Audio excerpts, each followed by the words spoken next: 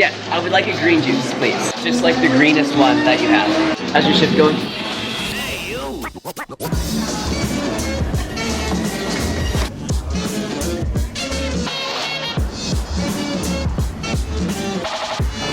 Don't spill. Oh, that's good. Try not to use straws.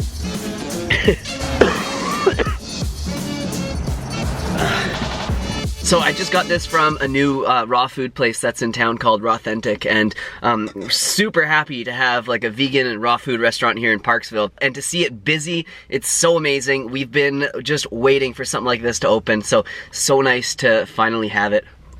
So like I mentioned before, I'm trying not to use any straws. It makes it a little bit inconvenient, but man, we just use so much plastic in this world, and I know a lot of you guys are looking at the cup being like, the cup's plastic. Well, these are actually like biodegradable, so it's still not the best. The best would be to like make it at home and have it in glass, but I'm sick, and I did not feel like making a green juice at home, washing all the veggies, and then making the juice and cleaning up the juicer. So I went out and bought one today because I needed something nutritive in my body to help me get over this. For this Ask Me Monday, you know how I've kind of changed them recently. It's not the same Ask Me Monday. I want to talk about what I do when I'm sick, because I don't feel like filming anything else today. I don't have very much energy, but I think this could be like a really valuable video to you guys, because I've looked into like the research behind, you know, different remedies, and I found out like what works for me and what has like some scientific backing. So I'm excited to share that with you guys. So let's head home. I'm gonna drink this juice on the way home, hopefully without spilling it, and then we'll talk a bit about some of the supplements and stuff that I take when I'm sick to help myself get better quicker. All right, so yeah, I gotta heal myself from this. I gotta get back into the gym, get back running and being active. This is driving me crazy. It's like 2 days now of just like not doing much, and I'm already a little stir crazy, so let's get home and do this.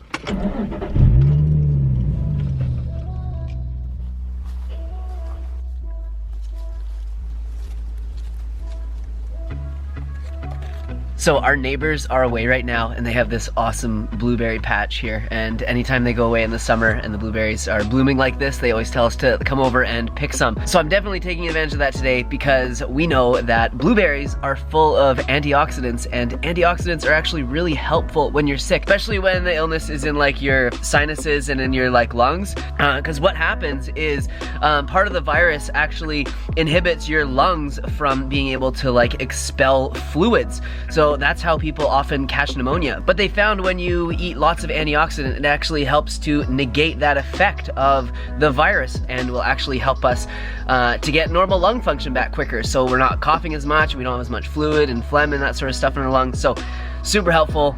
Blueberries for when we have a cold or flu, and I'd usually eat them right off of the plant like this, but because my immune system's compromised right now, I'm definitely gonna go home and wash these first. But blueberries isn't the only thing I do for flu. There's definitely some other things, so let's get home and I'll tell you guys about that. So I was trying to figure out why I got sick, because it's really frustrating that I'm sick at the start of summer. Like, I think it's a kind of a weird time of year to get sick, and I very rarely get sick. Like, even in the middle of the winter, at the height of flu season, I always just scoot right by it. I usually have no problem. My immune system just fights it off. And these like 1, 2, 3 day sort of like head colds, I very rarely get. Like maybe in the last 5 years, I've had like 2 or 3 of them maybe. And usually in the winter, so this is just a really weird time of year. So I was thinking about it, and if you guys remember, like a month or 2 ago, just before I went to Bristol, I had that absolutely horrible stomach bug. I mean, let's not go into the details again. And after going through it and sort of reading about, you know, what it could be, I definitely think it was like the norovirus, which is sort of that like, often referred to as like the cruise ship stomach bug or whatever, and because it's really easily passed around, especially in small confined places like on a cruise ship, and it can live like a really long time on surfaces as well, and it is absolutely horrible, super violent. It will ruin your vacation, and if you're not on vacation, it will definitely ruin your week. So in this one article I was reading, after they were studying a bunch of people's gut microbiome after they had norovirus, they found that they had much higher levels of the proteobacteria in their guts, which are things like E. coli, H. pylori, salmonella. So as we know, so much of our immune system resides in our gut, that if mine's compromised, that could be a very good reason as to why I'm sick right now. I don't think a lot of people realize how important our gut microbes are for our health and for our immune system. And there's like emerging evidence all the time on how important this really is. So many of these pathogens that affect us are like, you know, they're on our hands, they're in the air, they're on our food that we eat. Even if we wash it, you can't get it all off. And we ingest pathogens all the time. But we have to rely on our digestive tract and our gut microbiome to kill off or at least neutralize these, you know, pathogens and these invaders before they cause any real harm to us. So I know a lot of you are probably saying, probiotics, Derek, take probiotics. And yeah, that could be a good solution for sure. But as many of you know, I like to try and get my medicine from food first whenever I can. And we also know that sauerkraut is an amazing source of beneficial bacteria for our gut. So that's definitely something I consume every time I'm sick. I make sure, I have it all the time. I'm always trying to, you know, consistently consume sauerkraut a few times a week, but definitely when I'm sick, I try and eat a lot more of it because it is so important. And the bacteria that's in sauerkraut is so wide-ranging that you would just never get that variety in a supplement from the store. Like, nature knows what it's doing. So this is a good unpasteurized one that we get. It's a Canadian one, but any unpasteurized one will do. Organic's always better, and purple is even better because we know that purple cabbage, or red cabbage as they try and call it, has more antioxidants in it. So obviously, rest and hydration is really important when you're sick, and I don't have to go over that super boring stuff, but I think hydration is most important. And what I find funny is like people are always trying to like force you to eat something when you're sick. They're like, eat this chicken soup, or eat this like whatever it is. This is gonna make you better. And a lot of the time when we're not hungry, our bodies don't want to eat. Like they're, you know, it's busy doing other things. It's busy healing us. And a little bit of food at that very moment isn't necessarily going to help us like get over something very quickly. Of course, if you have an illness for a long period of time, you're going to have to eat. But if I'm sick for 1 or 2 or 3 days and I don't feel like eating, I won't eat. I'll just drink lots of fluids and maybe a little bit of fruit here and there. But I think that fasting is really beneficial when we're sick. So if I do decide to eat something, it's usually something that's really nutrient dense, like that green juice that I had earlier, something that's really easy to get down and really easy to digest. Smoothies are another good one. I really like fruit as well. If I have been sick for a few days and I know I just need to eat something, I need to get some calories in my body, I make something that's called kitchery. Well, Crystal often makes it for me, but it's a really good little recipe to know, and it's super simple, really easy on the digestive tract, and it'll give us like some nice calories to help our body heal. So it's generally just like white basmati rice cooked with split mung beans, and then sometimes some spices or vegetable stock or something can be added to that to increase like the nutrients of it. Some of the spices that you could add to it would be like ginger would be a good one.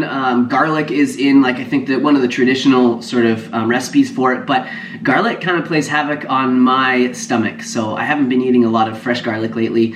Another good one would be like fennel.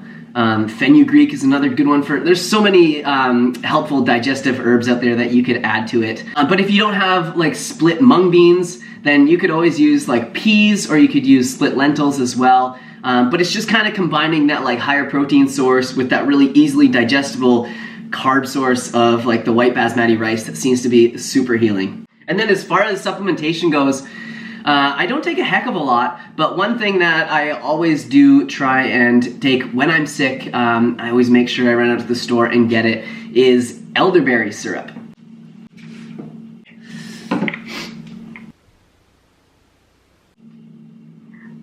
So this is the one I get. It's called Sambucus by Nature's Way. Not endorsed by these guys, but I do like this brand because so many of them are sweetened with honey, or they have something like bee propolis in there. So this is actually the only elderberry syrup concentrate at the health food store that I go to that's vegan friendly.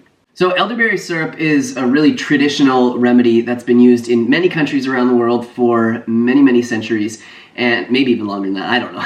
It's not a history lesson. And it's really powerful, actually. And they're Coco. You're trying to go outside. Coco's cat door is just right beside where I put the camera here, so he's always bugging when I'm trying to film here. Where was I? Right. So There is actually some good science behind elderberry syrup. So many of these, traditional remedies that have been passed down over time, they don't have a lot of science backing them, but elderberry syrup actually does, and it's been shown to reduce the length, so the duration and the severity of colds and flus. It is actually one of the only things out there that has been scientifically proven to do that. There's not many things that can say that. So it's full of antioxidants, and we already know that antioxidants are great for helping with cold and flu. And another interesting quality about the elderberry syrup is that it actually, the polyphenols that are in it can actually help to modulate the good and bad gut bacteria. So when you're in a situation like me and you think that it might be compromised, it's definitely like not a bad thing. And then it also has some really special components to it that help to increase our immune response and help us get over that cold even faster. So it's a really common berry. A lot of people have them growing in their yard, and you can actually make elderberry syrup with the berries. Don't do what Dr. Michael Greger did from nutritionfacts.org and eat them raw. There's a funny story of him where his wife was growing these berries, and he went to the backyard and he was like, oh my gosh, elderberries, this is so awesome, I'm gonna put a whole bunch of them in my smoothie. So he made this elderberry smoothie, and yeah, he got like really sick. So you can't eat them raw, you have to cook them. And I like to just buy it from the store because, well, I don't really have access to elderberries, but it's also like always standardized, so it's always nice to know. And if you do take too much of this, a nasty side effect is that it can cause like diarrhea. So you definitely don't want that when you're already sick. So another good one to know about is zinc, and specifically zinc lozenges. And I found it to be really helpful for like sore throat because the bacteria is actually like living in our throat. And when we suck on a zinc lozenge and it coats our throat, it can actually like kill that bacteria right where it's living. So that's why zinc lozenges are a really good thing to remember. Luckily enough, I didn't have too much of a sore throat with this sickness that I have, so I didn't run out and get any